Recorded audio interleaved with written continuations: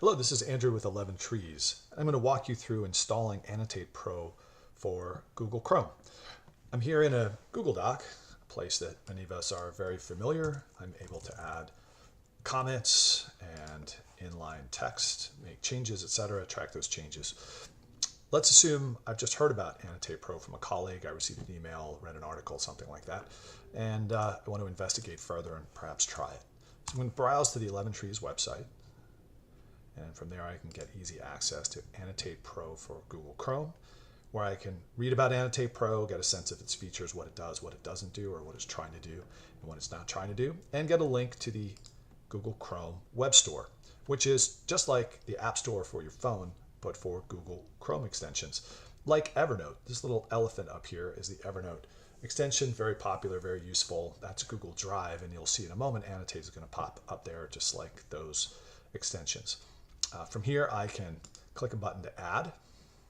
Google Chrome will pop up and let me know the permissions that I'm granting to the extension. For instance, that the extension Annotate PRO will know your email address, and that's so that we can create a record for you and then organize your library of comments around your email address so that you can log in from any computer.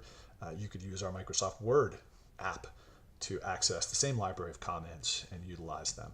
So I'm going to go ahead and add the extension. And two things are going to happen. One, I'll get this little pop-up. As of April 2017, Annotate PRO is free. The College Edition library is free until the end of June.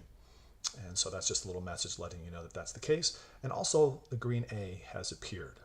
So I'm going to click OK. New tab will open that will briefly help me understand how to add a comment from my library and how to edit the default library that comes with Annotate PRO. That's 10 comments that you can edit to suit your needs. And so that's just a little bit of a help screen. So we're installed, we're ready to go. A couple things though I want to point out. One is that if you click the extension icon, you'll see a menu, how to edit your library and view your account, etc. But because you've just installed and you're a free College Edition, you're a free user, that is, you've got an easy way to install the full College Edition. So I'm going to go ahead and do that. One click, and I'm powered up. I've got the full 170 comment College Edition library, which is important. I'll show you the impact of that in just a moment. So the other thing I want to point out in terms of installation, we'll create a separate video on how to use Annotate and edit the library. When it comes to installation, this Google Doc was open before I installed Annotate PRO, so I'm going to want to refresh this page. That way it'll know and have visibility into the Annotate PRO extension. From here, I can insert a comment, right-click, go to my library and add a comment very easily, and